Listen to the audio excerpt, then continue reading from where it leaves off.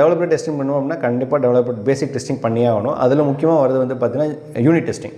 இந்த unit testing அப்படிங்கிறது it should be done by the developers. அது முக்கியமாக பேக் எண்டில் கண்டிப்பாக நீங்கள் பண்ணியே ஆகணும். ஆக்சுவலாக அது முக்கியமாக ஃப்ரெஷராக இருக்கீங்க, இப்போ தான் நீங்கள் கம்பெனிக்குள்ளே போகிறீங்க அப்படின்னா ஃபஸ்ட்டு டாஸ்க் உங்களுக்கு கொடுக்குறது வந்து யூனிட் டெஸ்டிங் தான் கொடுப்பாங்க ஆக்சுவலாக.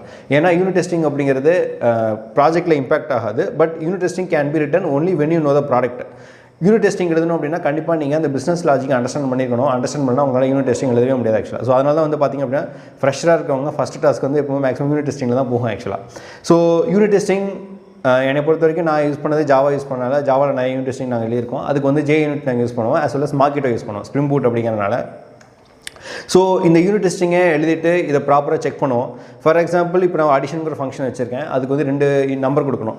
அந்த 2 நம்பர் கொடுக்காம நம்பருக்கு பதிலாக ஸ்ட்ரிங் கொடுக்குறீங்க, அல்லது நம்பருக்கு பதிலாக நல் கொடுக்குறீங்க, அல்லது வேறு ஏதோ கொடுக்குறீங்க அப்படின்னா, வேறு டேட்டா இப்போ இன்டிஜருக்கு பதிலாக ஃப்ளோட் கொடுக்குறீங்க அப்படின்னா நான் அதை எப்படி ஹேண்டில் பண்ணுறேன்